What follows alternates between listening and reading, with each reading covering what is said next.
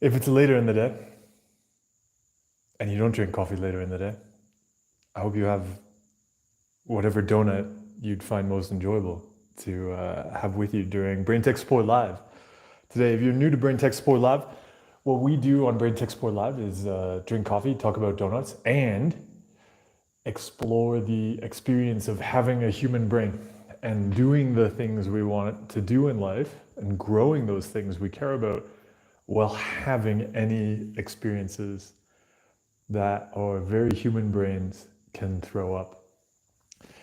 We don't approach human experiences, so emotions and thoughts, images, voices, whatever the brain can throw up, we don't approach them as a problem. They're experiences we can have. We may not like them, but we can learn different ways to interact with them. And so that's what we focus on, is learning those new ways of interacting with them rather than seeing them as these problems, as these contaminations that we have to clean away. Because of course, if we're getting caught up in lots of compulsions to clean away our minds and make sure it's 100% perfectly clean, we just create the same scenario as we would if we were struggling with a contamination compulsion. Is the fact of the day to begin our conversation with. I do have a really good coffee again this morning. This is the same coffee I had last time. I'm just finishing off the bag. I have it here. I'm at my kitchen table. It tells me this is from Fuego and Cafe. Oh yeah, you can actually see. So the thing to look for when you're looking, so one, it tells you exactly which coffee farm it came from, Finca Don Dimas in Veracruz, and you can see the natural label right there at the bottom. So you know it's what gives the coffee this like really, when you smell it, what's interesting about coffee like this too is if you smell it, I'm gonna smell it right now because it smells amazing. It smells quite different than what it tastes. This tastes like, or smells like fermented fruit, like really noticeably like fermented fruit on a forest floor. So it smells like you're in this, I don't know, like a mango orchard and there's mangoes falling on the floor, on the ground. And that's kind of what it smells like, and some chocolate and caramel and mangoes. But then when you drink it, it's a bit different. It's delicious. Just joshing. Said, you're a musician. And I was wondering what you think about writing songs that address negative thoughts and emotions.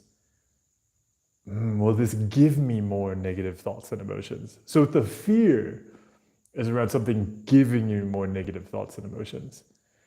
I'd be curious about that, especially if you're then avoiding sharing about things you want to share about. Because there's nothing wrong. So we just take a step back and even say, like, what if they're not negative thoughts and emotions, but they are thoughts and emotions, right, that people have. And so if you're writing about thoughts and emotions that people have, that's probably a very useful topic, a very useful kind of resource to be able to explore in your art. And if you're limiting that because you're afraid that's going to bring up more, then I would be curious about how would you like to interact differently with those human experiences, because then you're going to be able to tap into that resource. So rather than asking about whether or not they're going to bring up stuff,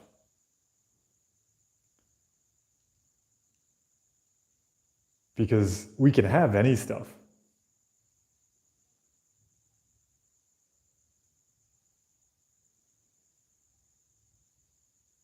Pom Pom Kitty, hello.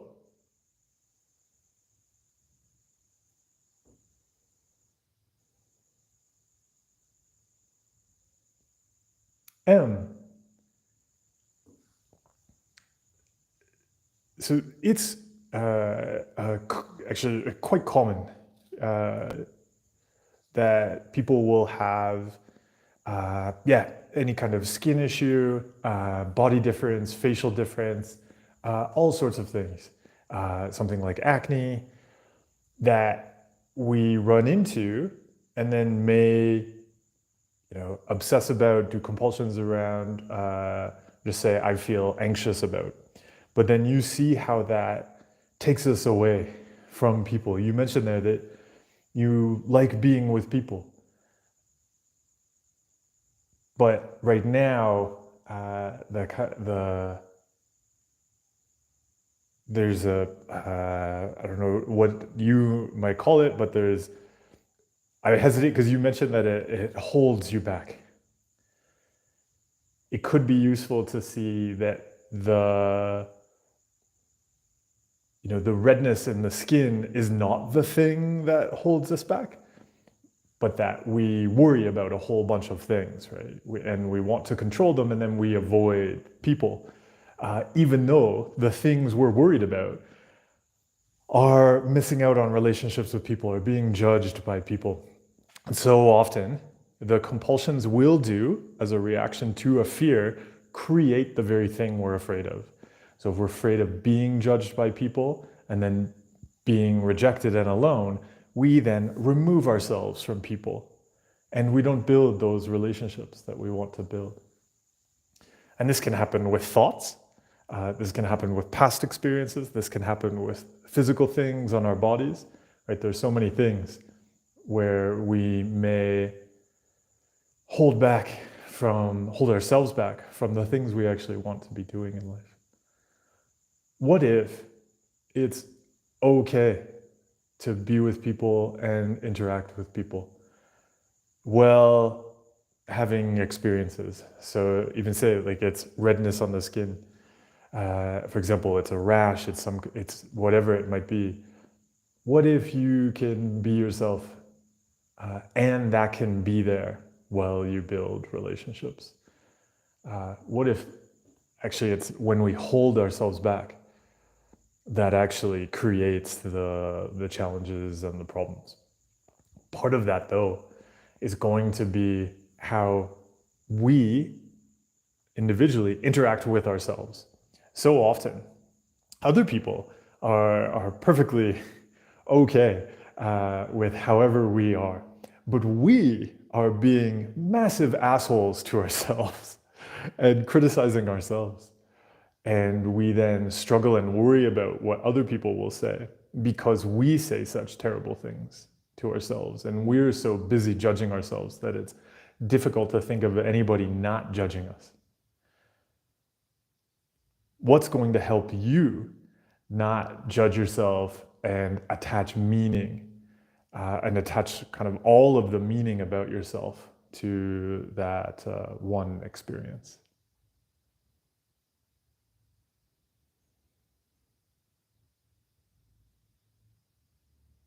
Hey everybody, dropping in the chat.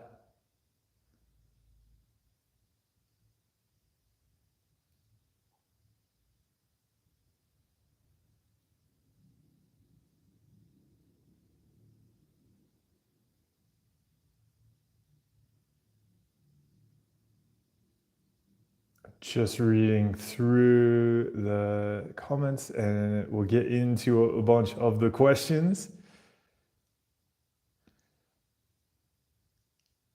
Ang, hello. Life is going well. I see, Ang, you asked how to combat mind chatter at night by not engaging in ruminating during the daytime.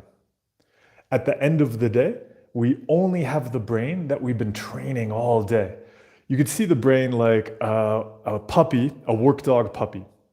And if during the day, we're constantly filling all space with this debate and argument and chatter in our heads, we're always problem solving, we're always fixing something, we're never allowing a moment of pause, then it makes complete sense that when we lie down at the end of the day to do nothing, that just freaks out that work dog puppy locked up in our skull.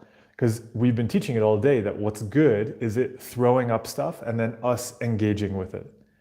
We've been playing with it all day. If we don't like that at the end of the day, if at the end of the day we do not like the brain doing the only things we've trained it to do all day, then we have to train it to do different things during the day. So I'd really look at how you're interacting with the brain, not at night, but in the morning, especially first thing in the morning. It's very common that as soon as people wake up, they just wake up, they lie there in bed, and they just start ruminating. They just start checking in their head. They just start debating old intrusive thoughts, checking if they're there, ruminating on what's going to happen that day, things they want to control. If that's how we start the day, then it's only very natural, 100% brain working perfectly, if that's how the brain acts at the end of the day. It helps me going into any particular situation to consider the question, what do I want to teach my brain in this scenario?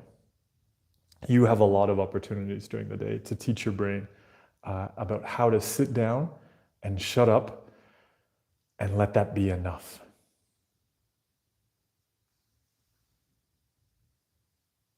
Fabio said, what is a useful way to address my own values while experiencing unpleasant physical symptoms during a cold or temporary sickness in general? Values are always about the context in which we find ourselves. I think it's, when I describe values, it's kind of the part of the message that gets missed, but I'll usually say something like, values are about looking at the context in which we find ourselves and identifying what we want to give our time and energy to.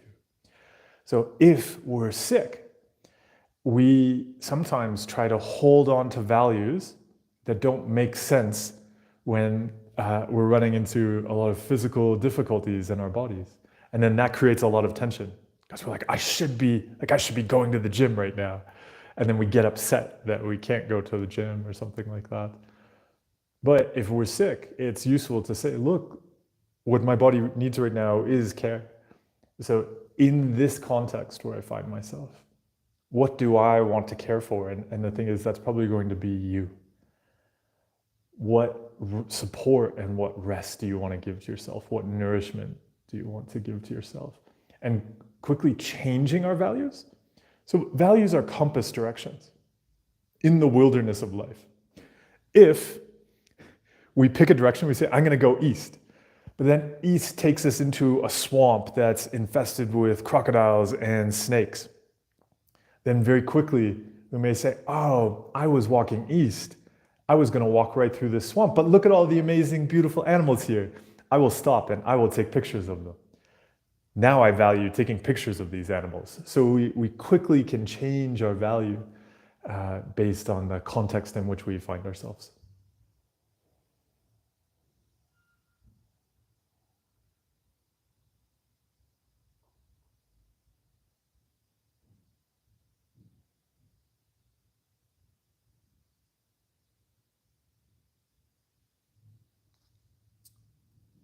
Josh. So Josh, just following up on the question we were talking about earlier, he said, that's interesting. And I like that perspective. I feel more negative stuff when diving into it, but I use it to make my art more relatable and human while still focusing on my valued actions. Yeah, that's great. It is that. When we can have these experiences, so especially if we're working in art, but I would say whether it's art, it's some kind of business, it's healthcare, whatever, when we can step into a difficult experience, it's always going to support the work we do. Because if we're doing any kind of work, but I would say especially art, and then we're saying, oh, I'm going to avoid a whole set of experiences, yeah, it becomes quite difficult, and we can't do the things we want to do, and it's probably also more difficult for people to relate to. Nina said, right now I'm struggling with the fear of fear and fear of being triggered. When I've done exposures with my therapist, I can persevere. But when I get randomly triggered by words and stuff, it's a lot harder. I ruminate a lot about treatment, real event OCD2. It's hard to follow values. When I try to follow values like studying language, my brain can't focus. Yeah, one of the things I would look at is, because you mentioned there, doing exposures with your therapist, and that is only to show you the technique to then apply in real life. Because even to think of triggers coming up like randomly, I would say like that is how triggers come up. That because the triggers are just life. And so it's really important to explore doing ERP not as a kind of exposure exercise to perform. You're just exploring those with your therapist to learn a skill to then apply in real life. It's okay for there to be difficult feelings and for there to be a distraction. So when you mentioned like, oh, I'm doing what I value, but my brain, is distracted or running off. But that's totally normal. That is what we're exploring. We want to learn how to do the thing we want to do while the brain throws up whatever it throws up. So yeah, it's great you're working with a therapist. It can be really useful to share with your therapist that you like doing exercises with them, but the therapist's office is not the real world. And so really talking with them about the skills to take the exercises you perform there, which is like learning how to do the movements, and take those out into the real world, which is always where we've got to apply it.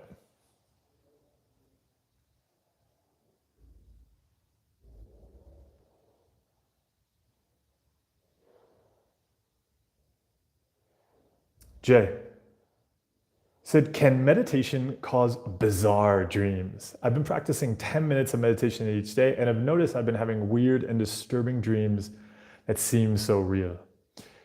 There's a couple things here that I would unpack.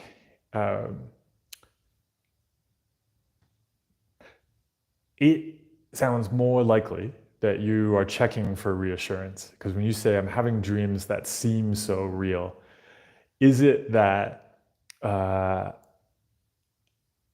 fears and uncertainties that you dislike are coming up in your dreams? It's very common to be checking and judging dreams and attaching meaning to them and then going to look for reassurance about them. It could be useful to take a big step back and look at the compulsions that are happening throughout life. I wonder how to say this delicately. I want everybody, if you're meditating 10 minutes, I want to say that is great. Also, it's important to understand that meditating for 10 minutes is the equivalent of exercising for 10 minutes. If somebody said, I'm going to the gym every day for 10 minutes, is it causing this negative impact in my life? Hopefully, I think it would be clear that it's unlikely a person is getting so deep into working out in those 10 minutes that it's having much negative impact or positive impact. Meditation is generally going to be much longer. And so, yeah, if you're meditating 10 minutes a day, I mean, it's great. It's great at any point to pause and kind of invite the brain to be here. But yeah, meditating for 10 minutes, yeah, is not going to be doing much in any direction. But it's good. It's great. It's always, even just for a minute, it's great to pause and be here. Yeah, so that's how I would say that. But I think too, that's for everybody here. Yeah, really considering meditation in this, like approaching it in the same way we would with physical fitness. Yeah, and just, yeah, if we ran for 10 minutes, that's great. Also, if you want to get into it, it's going to be longer. Yeah. Does that make sense?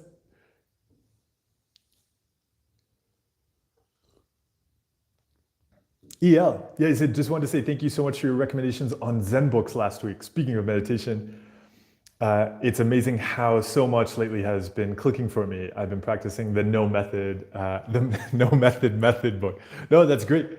Yeah, for anybody that's curious, the book EL is referring to there is the Method of No Method by Master Sheng Yen, and who's a teacher, Chan teacher from Taiwan. What the Method of No Method is a series of talks he gave during an intensive Zen Chan retreat. And so I find that it's a useful way to understand the practice of meditation, because the people attending that retreat would have been doing 50-minute sits around 5 times a day. How a very skilled, experienced teacher, Master Sheng Yen, was, really, a fascinating individual, very skilled, I find it, explaining meditation. So how would a skilled teacher explain intensive meditation practice to a group of people, some of whom might be introduced to the practice for the very first time?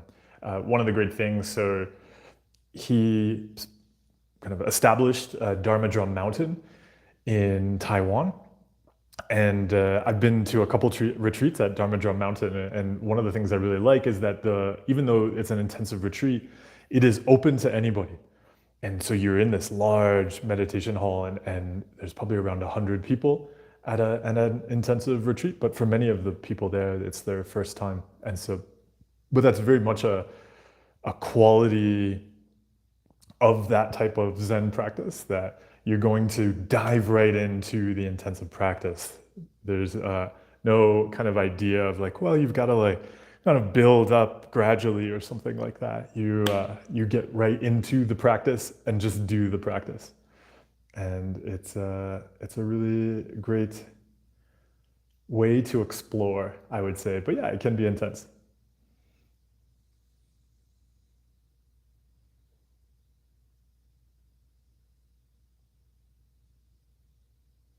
Oh, and EL, I see you had a follow-up question to that. Just a second here, and I will get to that. Oh, Nina, you're welcome. EL, you said, on that note, can I practice that no method anytime, like off the cushion? I do it as I fall asleep sometimes, and it's been interesting.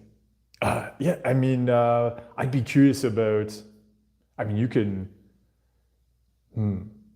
I'd be curious what you see as that method separate from being. I say that there's a great story. So speaking of a different Zen teacher, Master Shunryu Suzuki, who I'm forgetting. He has a famous book also about Zen. I'm forgetting the name of right now, but I've read. So he was kind of set up the San Francisco Zen Center, and kind of popularized Zen in the U.S. And one time, yeah, somebody called the San Francisco Zen Center, and the story is that they called and they were asking oh, what time is meditation? And I guess he just said we never stop, and hung up the phone. And that is an approach. So of that school of Zen is that the practice is always. And this kind of goes to what we were talking before about ERP. So we may practice ERP in the therapist's office, right? An approach of having experiences rather than doing the compulsions. We give our time and energy to the things we care about. Likewise, this is why I find meditation as useful as we explore these practices. The practice of sitting meditation is a practice. We're sitting down to practice having all of the experiences around us, just sitting, giving our time and energy to the thing we're doing, sitting. We bring that practice throughout life. That practice of having experiences and giving time and energy to what we care about is the practice. And so absolutely, we can do that everywhere. Yeah, if we're lying in bed and we're just lying in bed, we don't need to get caught up in doing lots of compulsions in our head. We can just lie in bed. The practice is always enough. Athira, I hope you're having a great day in India. Bora said, can I ask for your suggestions in organizing my time better? Doing anything takes me forever, not just hours spent on compulsion. And it leads me to always be late to things. Yeah, Bora, can you share more about, so what you mean when you say suggestions in organizing my time better? Can you explain why you're late, or like why things take so long? Prajwal said, these days I'm getting random intrusive thoughts about literally anything, like let's taste the perfume, what if I swallow this coin, etc. No particular theme. What to do about this? Well, there's a couple things I would suggest there. So one, I don't find themes are ever useful, actually, because actually our brains don't care about the theme. It's never been about the theme. The issue is the compulsion. So there you can see how it's not about the topic. It's about just chasing certainty. It's about attaching importance to thoughts. It doesn't matter what the thought is. It doesn't matter if somebody's having an uncertainty about illness, an uncertainty about not being real, and uncertainty about becoming somebody they're not, an uncertainty about harming somebody else. Those are all just uncertainties. And the problem is them doing things to control and avoid around those uncertainties, whether it's outside of their heads or inside of their heads. And it's those patterns of control, those patterns of fixing that create the problems. So it really helps to step away from a theme and instead make changes around those actions. So why can't your brain throw up random thoughts? Why does that matter? What if you approach the brain as just a random television station, random television that you don't control, that somebody's constantly flipping the channel on? So we say, look, yeah, I don't control that TV. It's my neighbor's TV. It can play whatever it wants. It wants to play a game show about swallowing coins and smelling perfume. That's fine. Doesn't matter, because I'm giving my time and energy to the things I care about. I'm going to do the actions I care about. I'm not going to go and have arguments with somebody else's television. And that's the approach we can take with our own brains. So yeah, right now, why are you spending time and energy on the stuff your brain throws up? Because it's just doing what it does. It just throws up random stuff. And then Prajwal, I see down below you said, so what you're doing is not trying to fight the thought and not ruminate. Will this approach help me long term? So the question I'd be curious about, what do you want to be growing? Because it's kind of like asking, like right there, if I use that metaphor of the television. So say my neighbor had a television that was playing all the time. And I asked you, if I stop shouting about the television and I stop thinking about their television, will that help me? So actually, yeah, I mean, it'll help me because I'm not spending time on that. And that's kind of not something I need to spend time on. But it's not actually going to create any of the things I want to be doing in life. Right? I couldn't go up to somebody and say, hey, I don't argue with my neighbor's TV anymore. And, right? Or if I go to a job and be like, hey, can you hire me? Because I don't argue with my neighbor's TV anymore. It's not going to help us build the things we want to build. It is beneficial in that we're not spending time on something we don't need to spend time on. But the thing that can really help us is starting to look at those, I often describe them as plants, those plants we want to grow in our garden. That's what helps us go someplace different. Yeah, it's not useful to argue with somebody, my neighbor's TV or the random TV in my head, but it doesn't actually take me anywhere. If I want to go somewhere else, I've got to actually go there. I've got to line up the actions that'll go in that direction.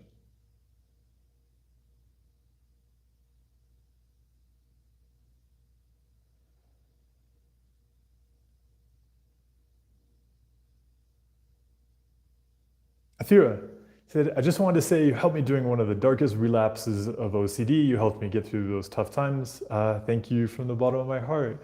Oh, Athira, it's an honor. Thank you so much for sharing that. It's really special, right? To get to join people around the world on these journeys. And so, yeah, it's an honor.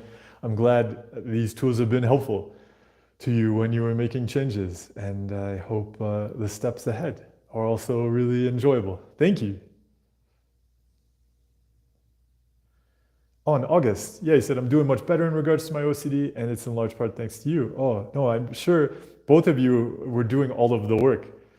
You said, August here said, I'm much better at not getting stuck in my head and ruminating. No, that's fantastic.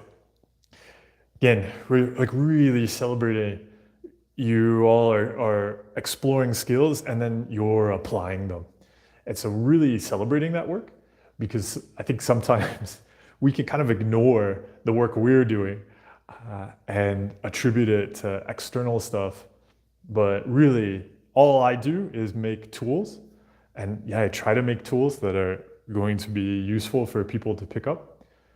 But you're the ones who pick up those tools and apply them in your life and make changes. And so really recognizing that, that you, and this relates to when I talk about trust, right? You see, you can trust yourself to run into challenges, to find supports, to find tools, and then make changes that are useful to you. And so that's amazing. On August, then you said here, I still believe my obsessions in a large part. Any advice, or should I treat the beliefs as another experience? Yeah, so sometimes the beliefs, it can be a great exercise because we believe, say for instance, I believe that drinking coffee will turn me into a crocodile. And so maybe I'm still sipping the coffee and there's like anxiety there because I'm like, I am going to turn into a crocodile. But then there's two things. So one, we do the action anyway. So we say, look, I value drinking this coffee. Excuse me, I'm going to do it anyway. And let the brain know, I guess brain, I'm going to turn into a crocodile. But also, we can explore how those beliefs might be getting constructed by us through other actions in our lives. So you may have seen a video I have. If you haven't seen it, check out the video called The Anatomy of a Compulsion. It sets up how we have compulsions on one side, and we often see the compulsions or the obsessions as the problem. But as we pull away from the compulsions, we start to get into the stuff the compulsions are built on, and a big part of that is beliefs.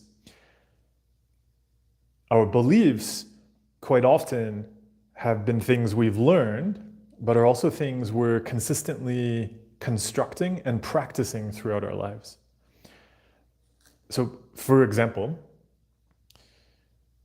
if somebody struggles with a contamination compulsion, if we say, okay, you're going to do an ERP exercise, we're going to cut out the extra hand washing and stuff like that, or we're going to touch something you see as contaminated, like the coffee. So like, okay, I'm going to drink the coffee. But they're probably still going to be very anxious because they believe contaminated things are bad. And they believe clean things are good and they should be clean. Then we take a step back from that and we look at, okay, what if we say, we're not just talking about clean things here. What's a level of abstraction kind of under clean? And we might say, look, a clean thing is just something I believe is right. Then we look, okay, throughout your life, how much time and energy do you spend trying to get things right? Then we may see all sorts of different things they try to get right that they do not see as a compulsion. Every time they're practicing kind of setting that goal of, I've got to get this right. If I get it wrong, a bad thing will happen. And then they get it right. They're just logically teaching their brain that we should get things right. That's how a belief gets constructed and practiced. And so if they're spending hours every day, like say even in their job or something like that, it's very focused on getting it right. They attribute a lot of their identity and their success in their job to getting things right. They're the person who fixes the problems. Other people screw it up and they fix it. If they're doing that all day, 8, probably 10 hours a day, it's very logical that the brain then extends that pattern of getting things right to other areas. And so it's very difficult for the person to then cut out the contamination compulsion, maybe when they get home. After 10 hours of teaching the brain, we should do things right and doing things wrong is a bad thing we need to control. So when we start to look at beliefs, we want to look much more broadly than even the particular obsession. Take it down a level of abstraction. So if you were to describe the obsession as a pattern that you can see happening in other areas of life. Or another way to look at it, a question I'll often ask people, where is the brain learning that chasing that goal is a good thing? We want to look at how that gets built up. And then we start to break it apart. And so we actually look at how to, for instance, do things well in a values-based way rather than I've got to control bad things reactive way. Yeah.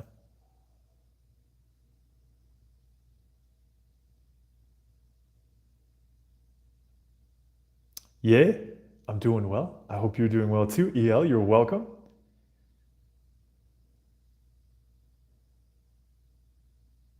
I'm just gonna do a little scroll through the chat here, and then we're gonna pop back up. Oh, Cash, enjoy the plant analogy and growing those plants. Mud, absolutely. When I become a crocodile, there will still be live streams, but they won't be on YouTube. It'll be on the crocodile streaming service, Only Crocs.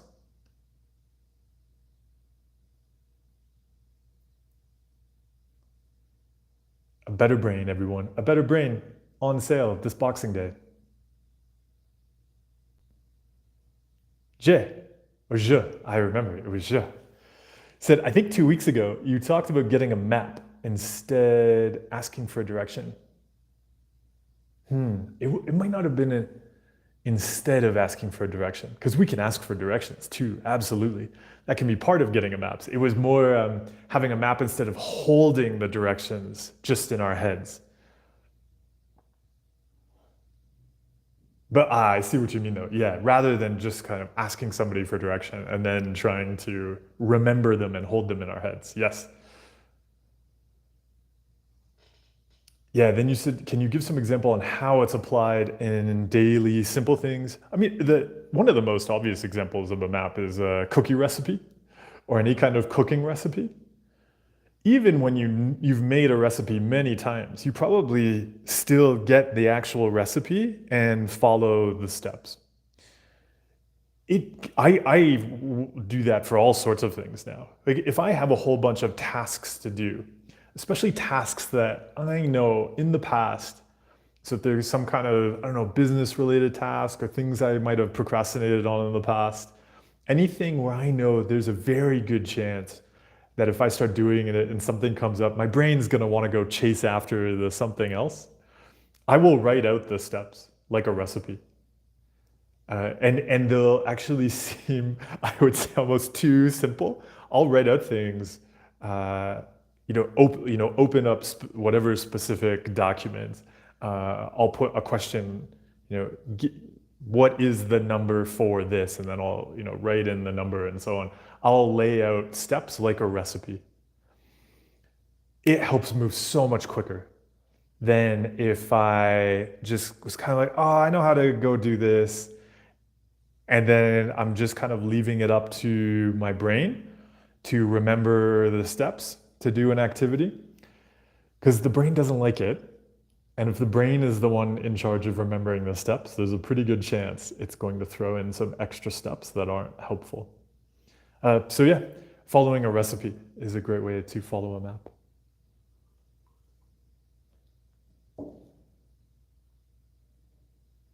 And that, even I see Babli down below, you asked, taking decisions is tough. I don't know why.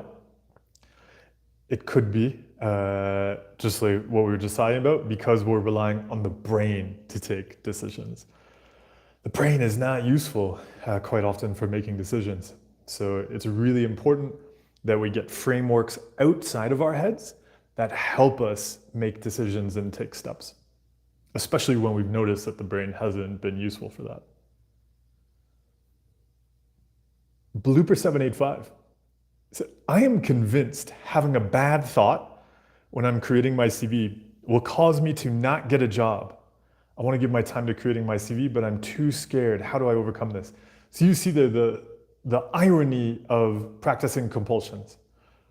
The bad thought is not the thing that's going to get in the way of getting a job. Avoiding making your CV 1000% will, though. So part of it is that, do you recognize that the issue is not thoughts? The issue is the compulsions that you're practicing, right? The things we do are what's creating the problems. So there's that. Then, do you want to cut out the compulsions? If you do, then it's about wanting to write things, and that could be a CV, with any thought. So just like when we look at something like physical fitness, so do you want to learn how to lift the weights? Then it's about lifting the weights. If you don't want to, though, there's no requirement. If you don't want to cut out the compulsions, you can keep them. That also, though, will then lead to kind of consequences you may not like. So yeah, I would start there, though. Do you want to cut out the compulsions? Roman, you said, I have many difficult experiences. I'm still doing well. You can have any thought and feeling and do things you value is really my mantra. I've practiced that a lot. Yeah, Roman, I hope difficult experiences are difficult. So I hope you are taking care of yourself as you navigate that. Because yeah, thinking just like the gym. Sure, we can go into the gym and want to lift any weight. Also, we do that in a way that supports us and nourishes us, that connects with others, that we ask for help when we're struggling to lift the weight. Because that's actually really useful. If we get somebody to help us lift a weight, we can actually build even more strength. So yeah, I hope as you navigate this, you're getting that support that's useful to you.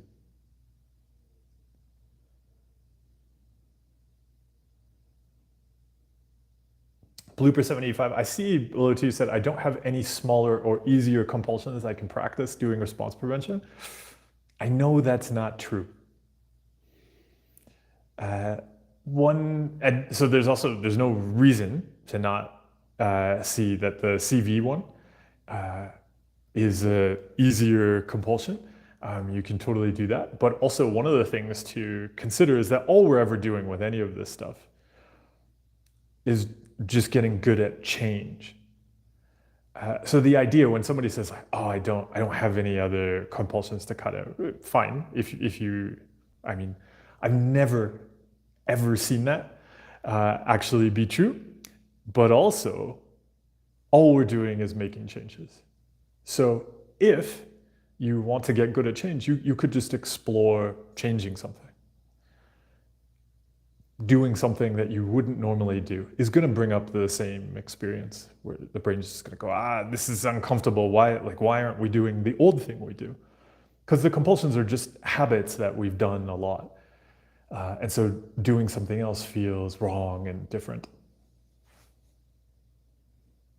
Yay. So what do you enjoy the most about living alone? What are some activities you recommend doing alone? There's all sorts of things. I know this is I do get a lot of questions about like living alone and things like that. I think some people are like traveling alone. I think some people or many people will have fears around that and uncertainties. I think everything, like there's nothing that we can't do alone that isn't enjoyable, because I think some of the fears around it are like, oh, if I do this alone, it's not enjoyable or something like that. Like I like cooking interesting meals for myself. I like going to interesting restaurants by myself. I like checking out interesting things by myself. And I like doing all of these things with other people too. And I think, and maybe that's the thing I would share here, is that we don't have to differentiate. We can approach the things we do on our own or with others in a way that's enjoyable, in a way that we can celebrate. Because even when we're alone, we're probably still with ourselves. And I'll often talk about ourselves as being a colleague. So if you've ever done any talking in your head, you know that when you're alone, you're still kind of hanging out with somebody. Your past self, your much younger self, your future self, your current self, self-critical self, and so on. And so whenever we're doing anything, it can just be really helpful to be nice to yourself. And so then you can enjoy doing anything with yourself, because you're going to be a good friend to you.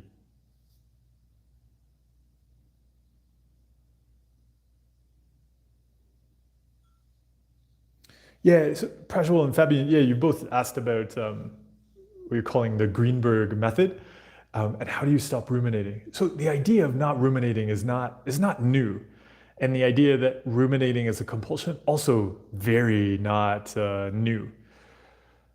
So yeah, like it's really useful to stop compulsions, including mental compulsions. It can help to see that any compulsion we do outside of our heads, we can do inside of our heads. It's massively helpful to have uncertainties and not start doing things with them. I mean, that is the focus of meditation and mindfulness and acceptance and commitment therapy. So therapy is based around mindfulness practices. That's how I got into Zen meditation. It was seeing that it was a very long practice of exploring how to do things differently in our heads and how to not do things in our heads. We were talking earlier about Master Shengyen's work. The focus in that branch of Zen is a type of meditation called just sitting, or silent illumination. The whole point of that is that you are just sitting. The reason it's called silent illumination is because you are silent up here. Been around for thousands of years, 100% not a new practice. Learning how to stop doing all of the chatter and talking and debating and fixing in our heads and time traveling. It's so useful. If it's something you want to explore, it really helped me to explore that practice of doing nothing in my head through meditation. So in particular, Zen meditation. That is what it's all about. Something else that was helpful with that, and so I have a video on this. I actually can't remember. It's called, the part of the video's title is Stumbling into Acceptance. And it is about the experience of learning how to have an uncertainty and not do anything with it in my head. And so, it's about how I'd learned how to cut out the compulsions outside of my head, but would still keep doing the compulsions inside of my head, right? To try to remember things, to debate, did I do it, did I not do it? And so it could be useful to check, sorry, I just grabbed the microphone. It could be useful to check out a video like that to start to explore having an uncertainty and just having it and not doing anything with it. Because yeah, cutting out ruminating, super useful. It's so useful to recognize that ruminating and intrusive thoughts, they are compulsions. We do them. The brain is just throwing up stuff. It's us that goes, ooh, that's an intruder, it shouldn't be here. And then we go to battle with it. We are the ones bothering the thoughts. The thoughts are not bothering us. And there are deep practices that have been exploring that for thousands of years, because this has always been a challenge that humans have encountered.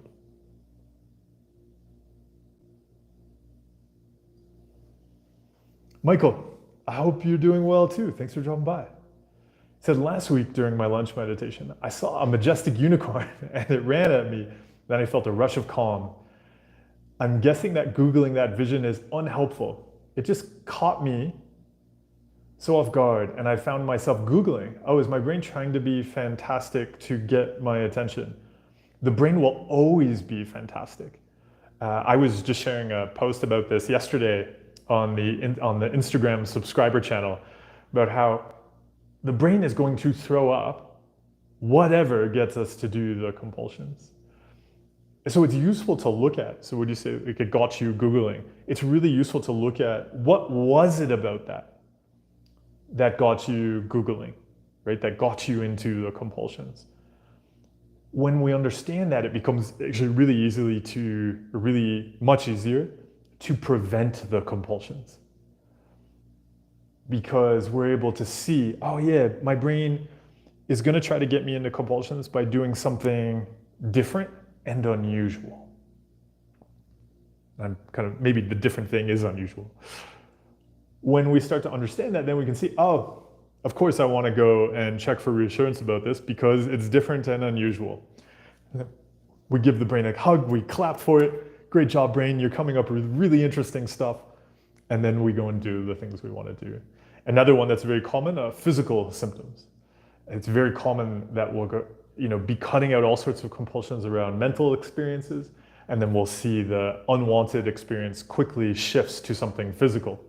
And we'll go, oh, but this was new, I'd never experienced it before, and it was physical, it was real, so I had to go.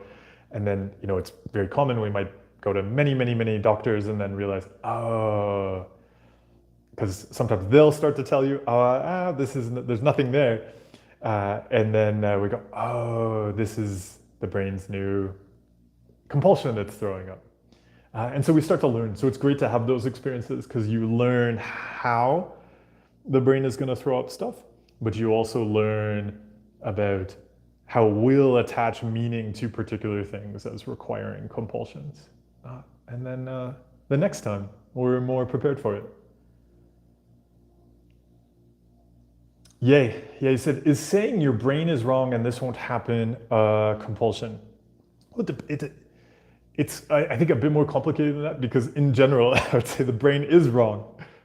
But I would expand it because if we're in some situations going, wow, brain, you're so right, I'm going to go act on that, right? Like I'm going to go Google that right now. But then in other situations, you're trying to see it's wrong, then it creates a lot of tension. It helped me instead to see the brain as just fired. Like the brain does not work in this company anymore. Nothing it throws up is something we're going to engage with. Then it becomes much easier to navigate.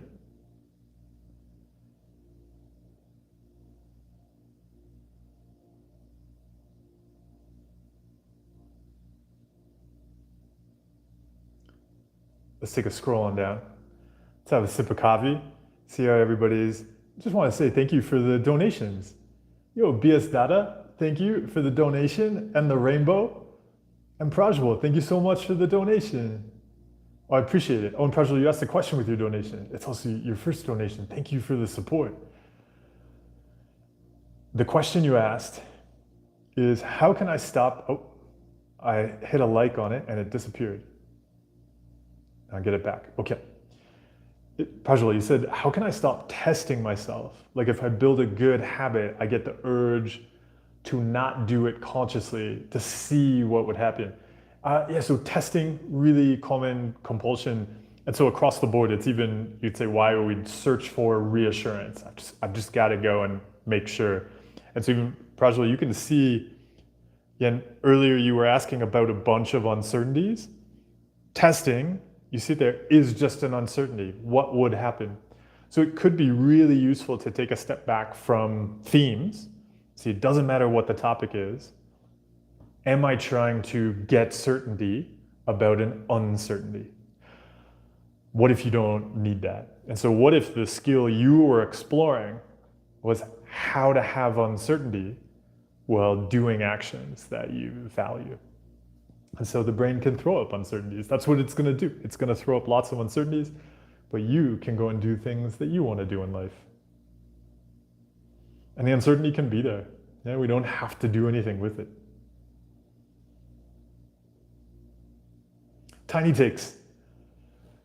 So what to do with recovery itself is the obsession, and the compulsions I wake up in my brain is all about how to react to, how to get out of OCD, how to feel peace. Yet it's really normal, and I would say even on everybody's journey, especially if we see that the pattern of compulsions is to get things right.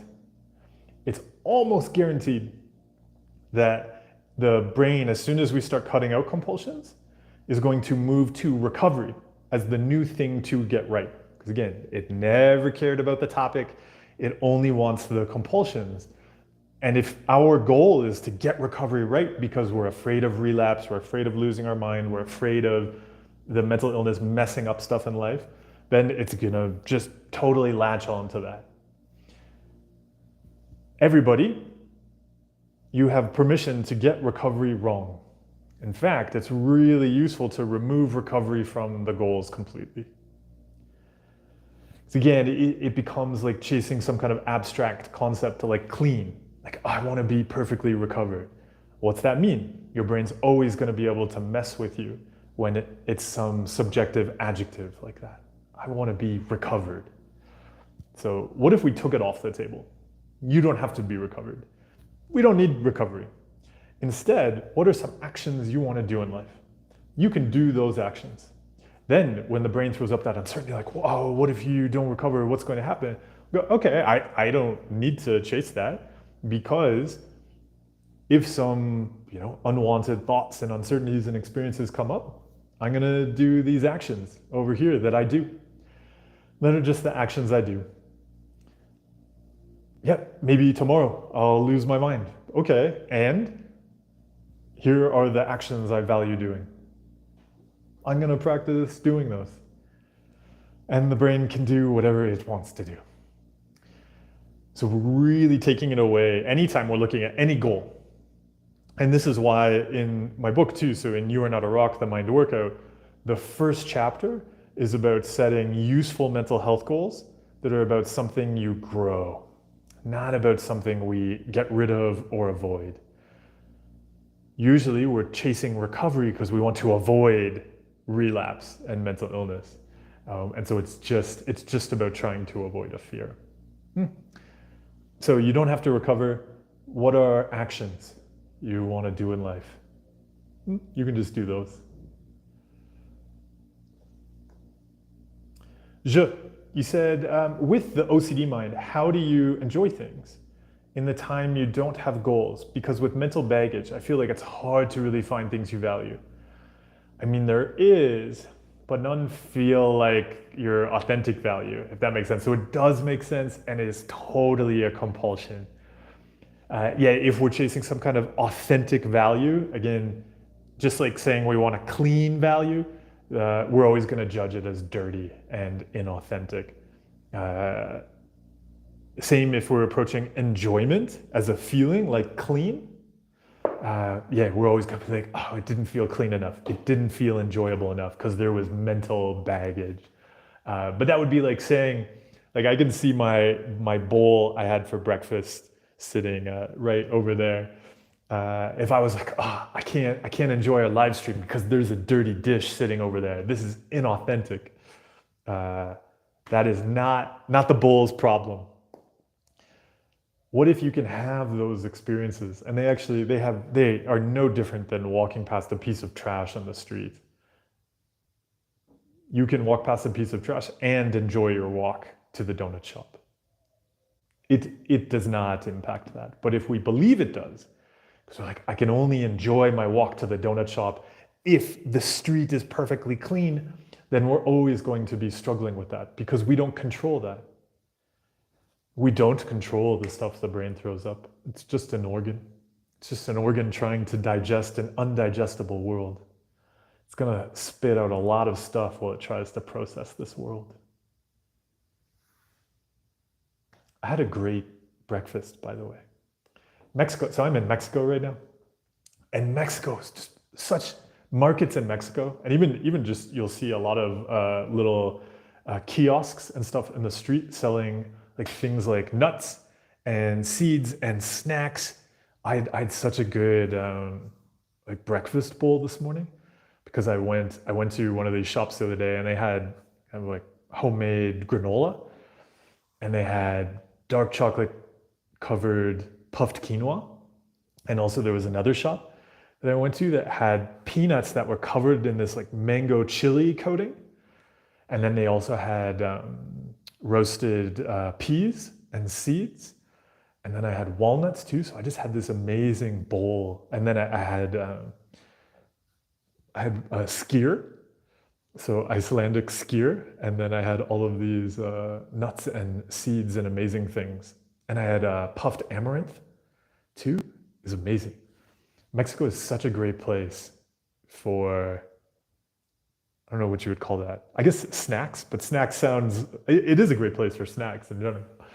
But being able to just get access to so many interesting and delicious and nutritious snacks, unparalleled. Mexico is delicious.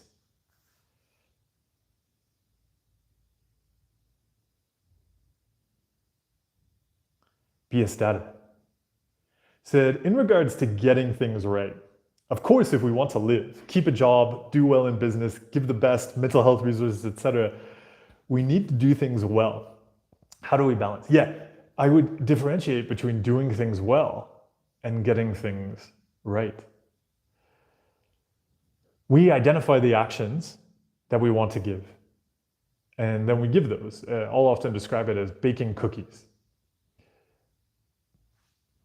Baking a delicious cookie is going to be about particular actions that create those delicious things. When we're caught up in trying to get things right and avoid getting things wrong, that's like somebody saying that a delicious cookie is a cookie that doesn't have rocks and isn't burnt. It's true, like burnt cookies with rocks, not delicious. But if you just go and make a cookie and then say, well, it wasn't burnt and it didn't have rocks in it, that doesn't mean it's delicious.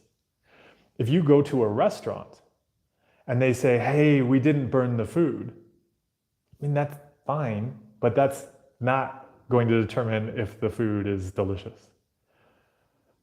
And so I would just say that moving in that direction of creating really amazing things and doing things well is beyond, and I would say better than, just trying to avoid getting things wrong.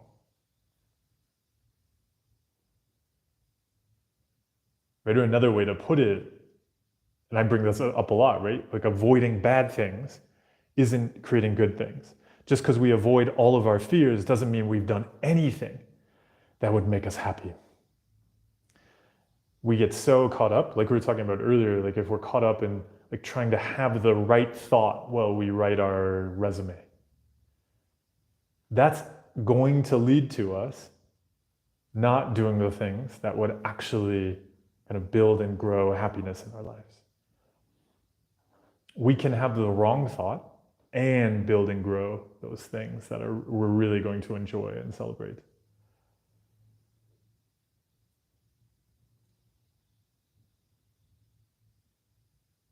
Oops, I was just scrolling and the way my thumb landed, I just deleted somebody's question and all I saw was a message that just said, you've deleted that. I don't think I blocked it, but if I deleted your question, or you probably, I don't know, maybe you can see if the question got deleted, but I may have accidentally just deleted somebody's question. It was right under Rome and the Romans.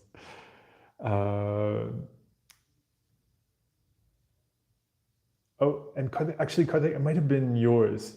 Here, I'll try this. So, Roman, you said, how much time do you spend in your head? Oh, I don't, I don't keep track of a specific amount because that would require spending time in my head. But in general, and probably what you're referring to, Roman, so for anybody else, I find it really useful to reduce time spent in head.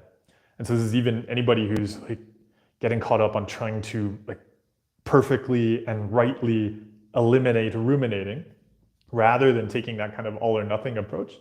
It could just be really useful to say, I want to reduce time spent in head. If we notice we're spending time in our head, it can be, oh, I don't need to do that.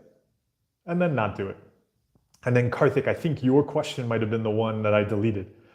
So I'll read this. He said, so I have contamination OCD and everything around me triggers me. It's becoming overwhelming to cut out. Just whenever I cut out one, I sit with the thought immediately, the next one comes up. Yeah, how can I manage this when I have continuous compulsions? Yeah, this is why it's really helpful to not get caught up in the topic, but instead look at a pattern across, because it's never been about like a particular thing that's dirty or contaminated. So if we say, look, I'm not going to do these contamination compulsions, then it doesn't matter if a new topic comes up because we're not going to do the compulsion. So it really helps to shift the focus from the obsession or topic to the actions.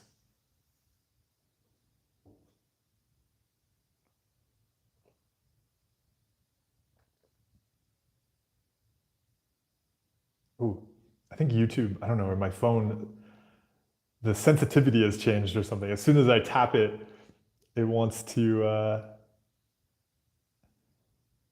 put the pop-up up. And yeah, so Karthik, I see you explained below, you said, so I generally cut out one and then maybe in 2 minutes I do the next one, next compulsion. So yeah, just the way you're approaching compulsions, that would change. It's about patterns, not about like, oh, I did a compulsion here and then that's a different topic, so I'm gonna do the compulsion. No, it's like, today I'm not doing this compulsion around whatever the brain throws up. So yeah, you actually, I always say you want the brain to start that spinning. I call it the spaghetti throwing mode. We go, I'm not gonna do this compulsion. And then what the brain will do is just start throwing spaghetti at the wall, literally or figuratively, to try to come up with something you'll react to. So that's why we cut out the compulsions as patterns, not related to topics. The topic is irrelevant.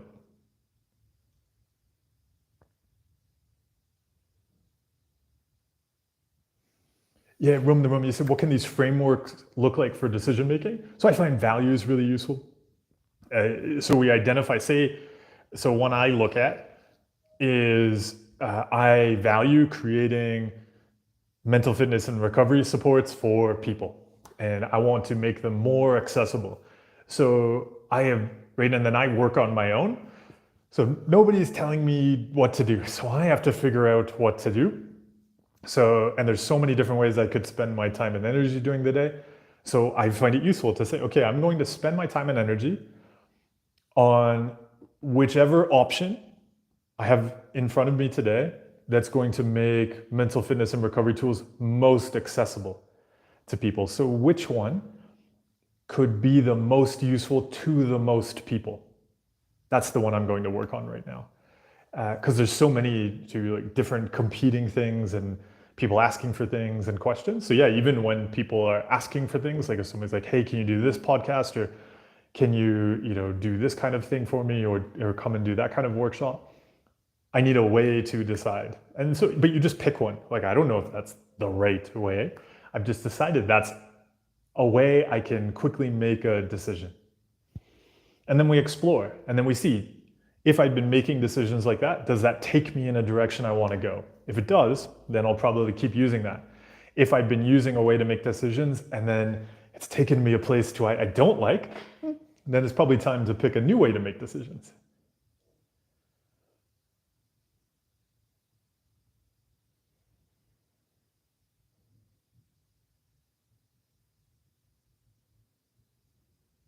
I'm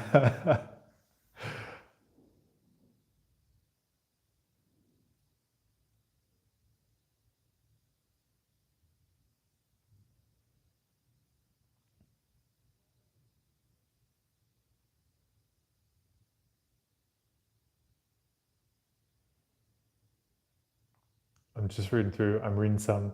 There's some that are just like comments, funny comments.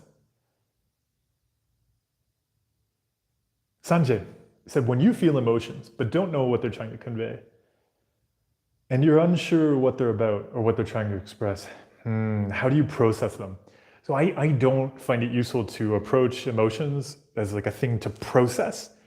I don't know, that always makes me think of processed cheese. Like we're gonna take this like vat of emotional pus and fat and cream and shove it in a machine, and it's gonna spit out these little rubbery squares of processed emotion, and then we're gonna stuff them in a sandwich. What if, like all of those questions you mentioned there, what if you don't have to figure them out? What if we get to explore emotions and be curious about them? That actually us trying to label and categorize emotions can limit them, and is potentially also our categorizations are wrong. And we're going to attach a bunch of meaning to these emotions because quickly we want to, categorize them and put them in these very certain tiny little boxes so we can react to them. Maybe we don't need to do that.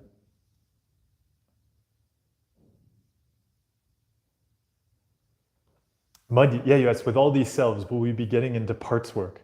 I don't know. I think a lot of what we explore, I think, fits really well when somebody is exploring like what's sometimes called parts work. I find it really useful. Like I've shared, there's a video I have on meditation. So if you go to a meditation retreat, how you'll end up kind of meeting different, I call them characters inside yourselves. But that kind of stuff I think can be really useful. I'll often notice different parts. Like the other day, I was talking about how sometimes we notice a kind of younger self there, and other times we might notice just this random dog inside of us that's constantly craving compulsions. And so, yeah, learning when to give a hug to that younger self and when to notice it's just that random dog that just like spins in circles and barks at everything.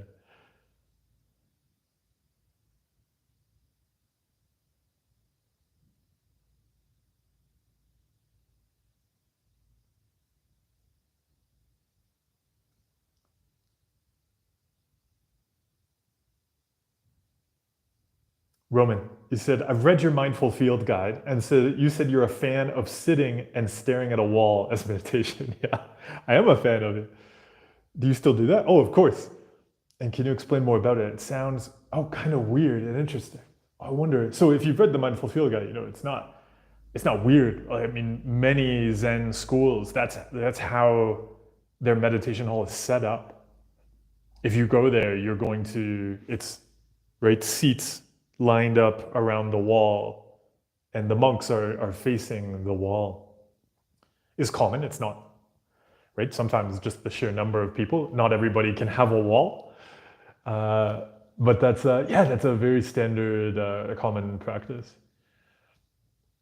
What I would say there is, it could just be fun to explore yourself. Any kinds of words that I'd throw up about it would be limiting compared to the experience you could gather from exploring a practice in action.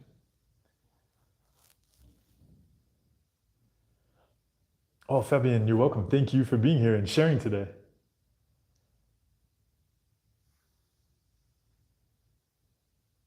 Emily, yeah, he said, do you think any time should be spent on learning about recognizing your emotions when feeling our feelings, similar to how we teach children to identify them? Or would this be rumination? I find it really helped me to explore, I always say explore emotions from scratch.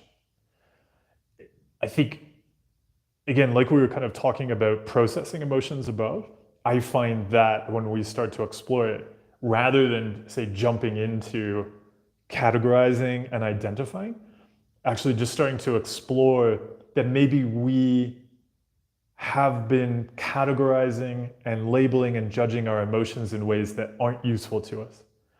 And what if we took that beginner's mind approach to them? Where we said, okay, I have emotions and I can explore them. And maybe some of the things, the actions I've attached to emotions in the past, maybe they weren't as useful to me as I thought, or weren't as necessary as I believed. What if I just explore emotions without needing to automatically connect a category or a reaction to the emotion? What would I discover? Masha, good morning. Says, sometimes my anxiety spikes when things are actually going well. I get worried the rug will be pulled out from under me. Reminding myself that everything is okay helps. Yeah, because it's so normal that like we'll just have, again, like random emotions. That those kind of anxiety spikes was a great example of what I was just talking about there, where we might have attached lots of meaning to it. We think, oh, like even the idea that I shouldn't be having anxiety right now. My body shouldn't be doing this. It must mean something. When in actuality, it seems as we start to explore, especially as we start to explore changes, the body can just be anxious or have panic attacks whenever the hell it wants. Kimberly, thank you so much for the donation and stopping on by. It's great to see you here today. Thanks for being here. And always thank you for the continued support. I really appreciate it. And actually, as well, and just below that, Dylan, as well, thank you so much for the support. It's great to see you here. Thank you for the continued support.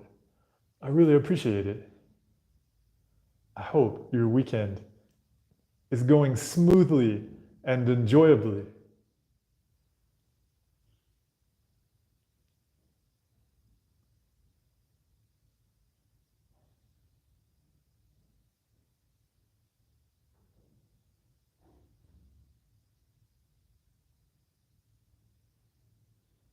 The question about the hyper-awareness of every thought. Said, I have this irrational fear of thinking about a specific thought that is going to cause irreversible damage, like having an existential fear and cause a mental illness.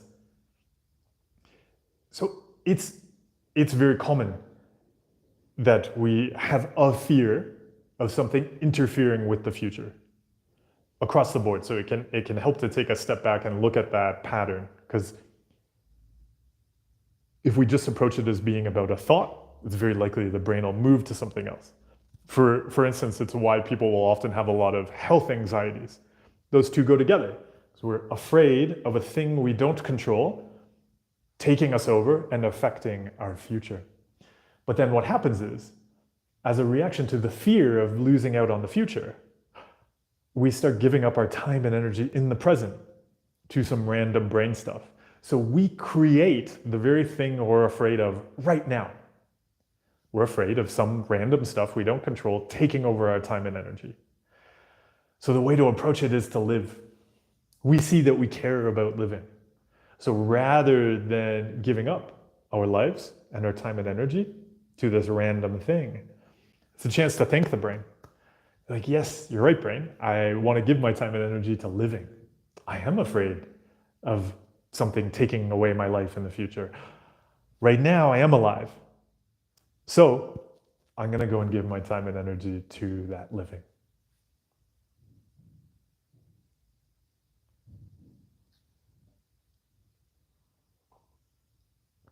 Yay. Yes, how should we approach making mistakes? I find myself engaging in negative self-talk when making mistakes. Yeah, there's two things with this. So one, I think we have what I like to call a self-sabotaging streak, because the brain's favorite compulsion is hating on us. So we'll purposely, although kind of unintentionally, make mistakes or set ourselves up to make mistakes precisely because then we'll do the compulsions to hate on it.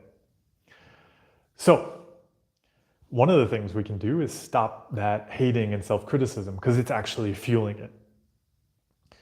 But also, it really helps, the second thing is that it really helps to approach yourself like a colleague that you want to come back and work here tomorrow. Because if every time that colleague makes a mistake, you just berate them and criticize them, they are going to quit. The problem is that colleague is you. And so they can't quit. And so we just create this horrible relationship with ourselves because we're so mean to them, which means they don't trust themselves, ourselves, to do anything. And we just are miserable being with ourselves. So approaching it that way, even if you make a mistake, remember that you want you to come back and enjoy working with you tomorrow. So how are you going to approach supporting you in doing things differently in a way that's going to build a great relationship?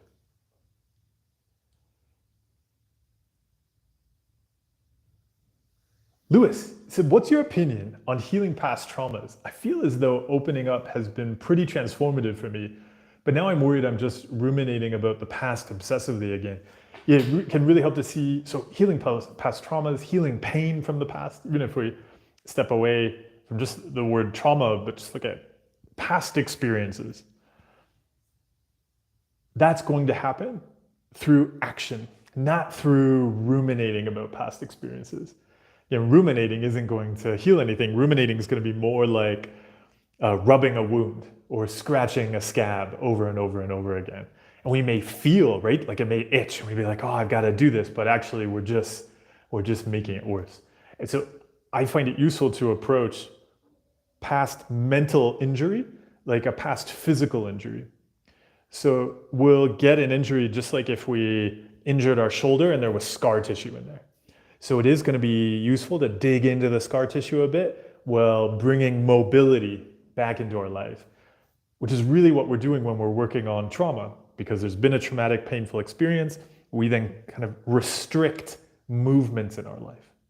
We want to bring that freedom of movement back into our lives. We can interact with things again, but we're going to do that, through some exercises that are going to practice that range of motion, that freedom of movements in our lives, with compassion and with understanding that there's stuff kind of junked into the joint.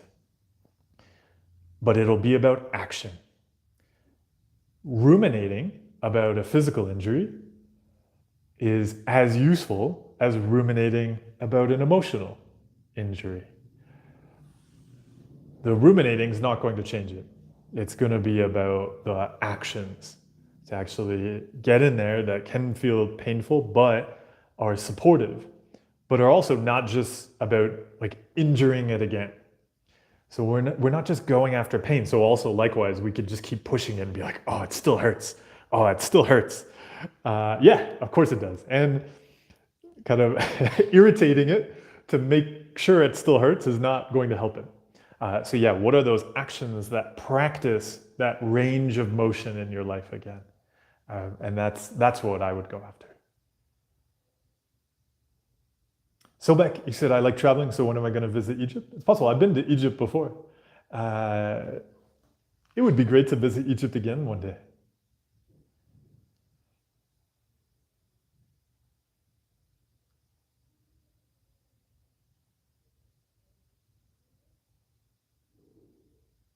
Oh, somebody else mentioned visiting Egypt. It would be great. Roman, you asked with authenticity, or with authentic values, authentic in quotation marks. You said, what has helped was being light with values. Yeah, not taking and finding the right value. So serious in combination with accepting that you might follow the wrong one. Totally, yeah, thanks for sharing that. It is great to be light with this stuff. They're just compass directions. We don't know what it's going to be like when we get into the wilderness, so we've got to be able to change them.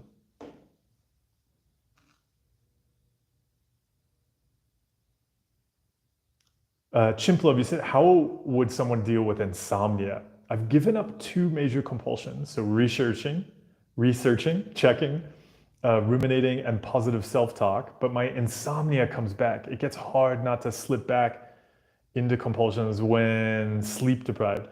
Yeah, so that's that's one of the experiences that can be really common, especially if we've in the past done compulsions right before bed. It's almost guaranteed that when you cut out those compulsions, yeah, you just end up lying there. So yeah, that was something I experienced. So too, part of it is approaching. We can approach that as another unwanted experience. So we're going to have that experience, not the hating on it and fixing on it, because it's so easy to get into compulsions around trying to control sleep because it's an uncertainty. We start to connect it with all sorts of things we fear. Oh no, it's going to affect this and affect that. Even it could be useful to look at the things you used to check. Do you see a similar pattern when you approach insomnia now? That could be something to dig into. You mentioned two compulsions there. Usually I don't think of compulsions as being so compartmentalizable, but as broader patterns. I don't know if you caught it earlier. We were talking about kind of handling mental chatter at night. I'd be curious if you notice around the insomnia any kind of patterns of how you're spending your time and energy. Are there other areas in life where you see those patterns? Those might be some interesting areas to explore.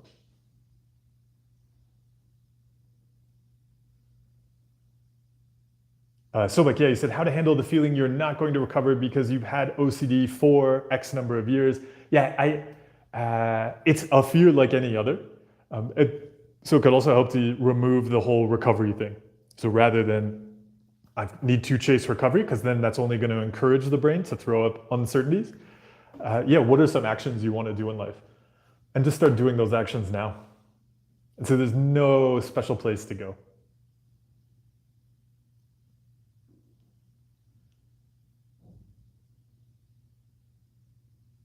Kimberly, I am going to get your question in a second. I'm just going to read on down and then I'm going to pop back up in the chat. Kimberly, you said, what do you do if you start crying in the middle of meditating? Does it necessarily mean you're doing it wrong? Do you stop? No, it doesn't. It just means you're crying. I think it's very normal. I think it would be quite strange if somebody has been exploring meditation and they haven't had an experience of crying during meditation. It's very, very normal. Remembering that meditation is the practice of being present non-judgmentally with the experiences that we're experiencing. So if somebody has a panic attack during meditation, if they're crying during meditation, if they fart during meditation, if they burp during meditation, if they make weird noises during meditation, I could go on. There's many, many experiences that you can have as a human while meditating. And all of those experiences are experiences we approach with the practice of meditation. Just like we can have many experiences around us. We could hear a car drive by. We could hear somebody else in the meditation hall burp. We could hear a bird outside. We could hear somebody enter the meditation hall and ask, hey, what's going on here? The ceiling could fall in, the Buddha statue could fall over. There's so many things that we can experience. The practice is having that experience.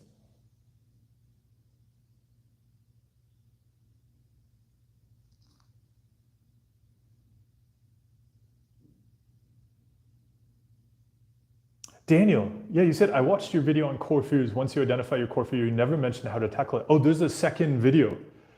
It actually, I can't remember the exact title, but it's basically, there's the identifying core fears video, and then, yeah, there's the video, it'd be the video uploaded right after that. Ideally, it should be linked, I think, in the description, but also YouTube usually shows it in the side as a related video. So yeah, I would maybe go back, or if you just go to the videos and you search the core fears, there should be kind of two videos that you'll see have similar illustrations. Right? It shows the mountain, and then it talks about blowing up the mountain.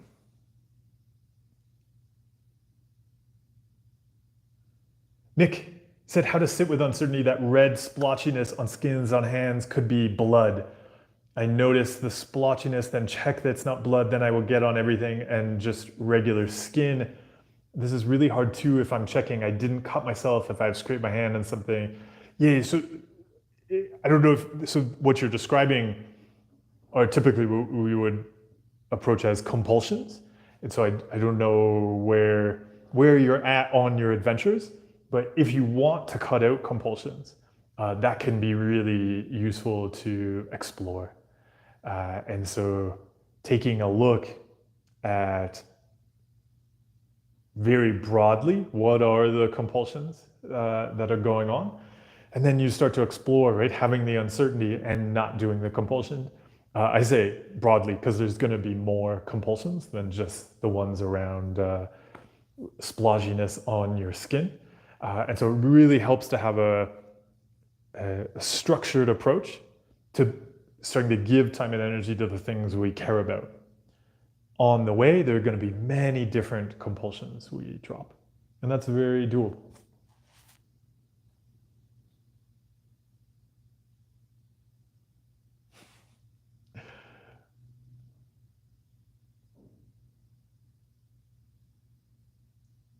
Sanjay says, how to stop making the same mistakes even when we're conscious of it? That would be a question I would ask you. That's very common that I ask people. So you know what the compulsions are. So why do you keep doing them?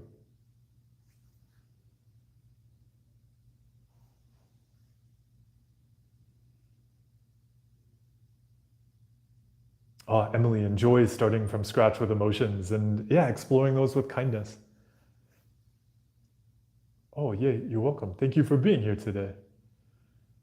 Shezaku said, thank you so much once again for coming to Finland a few months ago. Oh, it was great. Oh, I appreciate it. Thank you for being part of the workshop. You said you're still processing the nuances of the giving lifestyle. No, that's fantastic. Enjoy, I feel like that's something we can explore, the nuances of. We can always explore that practice of giving, that switch from giving to getting, or from getting to giving. That's a deep practice we can always explore in our lives. So yeah, enjoy exploring the practice of giving. Somebody only heard the mix up there with getting and it's just like gone off to get stuff. Nick, yeah, he said, I noticed an almost intolerable spike in anxiety when cutting out a compulsion last week and did more compulsions than almost every other area for the first few days. Is this a brain temper tantrum? So I find it helpful to see, no, like that is what's going to happen. Building mental fitness is just like physical fitness. So if you start to lift some weights or you start to run or whatever, the body responds, right? And we see that as very normal with physical fitness. If you have never lifted weights and you go and lift weights, you're probably going to be super sore for days. I'm like, yeah, because I went and worked out. My body is having a very natural reaction to that. You see the natural reaction the brain has to cutting out compulsions. It's going to push to get more of them. It helps to not only expect that, but even to kind of want it. I like to describe it as making my brain squirm. So yeah, I was going to go and do a compulsion. I want my brain to then go, you've got to feed me those compulsions. There is a video on my channel about OCD monsters.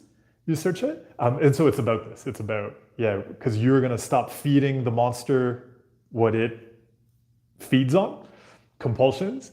The monster is not going to sit there and take that quietly. He said, how to deal with problem solving with the OCD mind, not the one in the head, but the real life problem. Like how to face real life problems when you didn't trust yourself in general. So I wouldn't differentiate. I will actually refer to the brain often as the problem solving monster. These skills we practice are not about a particular diagnosis. A values-based approach is something I learned about in business. Getting proactive and aligning our actions with what's actually important versus reactively chasing after fears. I didn't learn about that in therapy first. I learned about it working with companies on business strategy and innovation, because it is just a useful approach to challenges and uncertainties. We can apply it to everything, not just diagnoses or labels we dislike. And yeah, it really helps to see that the problem-solving monster, it's like they call it, is just going to keep popping up, trying to turn things into problems. Much of it we'll see as likable or necessary, and it's about still practicing these same skills around problems that we may not categorize as something like mental illness. We may not stick a three-letter acronym or four-letter acronym on it. It's still just uncertainty. It's still about us making that switch from getting to giving. And what do we actually want to grow? So Becky said, why are you not filming more videos? There are going to be more videos on the way. Yeah, this past year I was updating all sorts of courses and working on a bunch of different projects. So now, thanks to a great community member helping, we've updated all of the courses on the Toolkit store. So just wrapped up updating the relapse diagnostic course.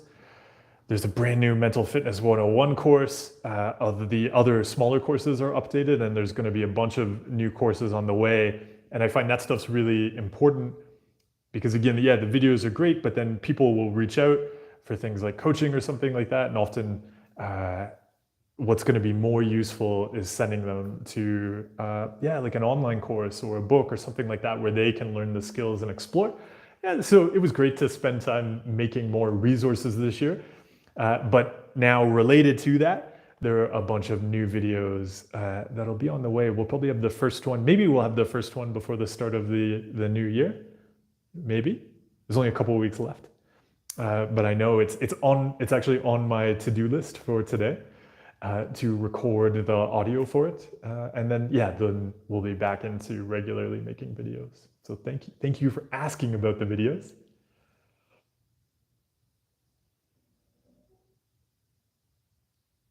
Daniel, you said, how come you use the phrase mental illness? In my opinion, it doesn't sound right. Okay. The terms I use are often related to just communicating. We can use all sorts of different terms, but one of the things, and I don't know if you've noticed, but I think is clear in the chat, that we're coming from so many different parts of the world. It's one of the things I'm always thinking of, especially even right now as I am studying Spanish. But this has always been something I actively think about in my work, is how is somebody going to interact with this if English is not their first language? And I find that's really important when we're making content. So I'm often thinking about not some kind of special debate about some term to use, but is this going to be easy for somebody to understand if they're translating this? And so that's often why I'll use all sorts of terms when I'm sharing online that, I might not use personally, that I might not use with myself, but I need to consider how to communicate a tool effectively. And if somebody goes, oh, okay, I heard Mark explain it this way, but that term doesn't make sense to me. Great. They will find a term that makes sense for them. Because none of these terms are, it makes me think of, we've been exploring the Blue Cliff record on the Mental Fitness Discord server. And so we take a look at a different case each month. And the Blue Cliff record is an old Zen text. And the last couple of cases have looked at this idea actually of people getting stuck on the words of a teaching instead of seeing the actual teaching. And I think it is really important to see that these skills we talk about are not about terms. These skills are about actions, they're about practices and experiences in real life. And that's something I always have to be considerate. I'm trying to get at a practice that is very difficult to explain in words. We're trying to talk about ways of interacting differently with stuff in our heads. And so I can't demonstrate it, really. And also the words are always going to be limiting. And so this is really important for everybody to consider, because I think sometimes it's easy to get stuck on like, oh, like this video said this. I need to know exactly what that means. Or like, I read this and oh no, I think I'm doing the wrong thing. Oh no. We get very hooked on the words, right? Because our brains tend to love certainty and right things. But what we're getting at is about actions that you're going to explore in your life. And it's really only through those actions, through those practices, that you really come to understand it. Right? It's really about the work you'll do, not about the words I'll use. And Daniel asked, how can I join the Discord server? If you send me a message through my email or through the contact form on my website, markfreeman.ca, or send me a DM on Instagram and just share about what you want to share with the community, how you want to support people in the community. And then we can chat about an invite link there. Nick, thank you. I hope you have a great rest of the day too. Everybody, will wrap up here in a second. The angel share. Thanks for stopping by. It said these are great questions and your responses are so helpful. Oh, the angel share, thank you so much. Thank you for being part of the community and sharing the kind words today. I really appreciate it. And then everybody, that does bring us to the end of the questions. So yeah, how about we wrap things up? It's Sunday here. And Sunday's a great day to get posole. Does everybody know what posole is? Posole is this like amazing soup that's like very ancient. It's been around for a long time. The recipe for pozole, and it's really common that a lot of restaurants you won't like have pozole every day. It's more of a weekend thing.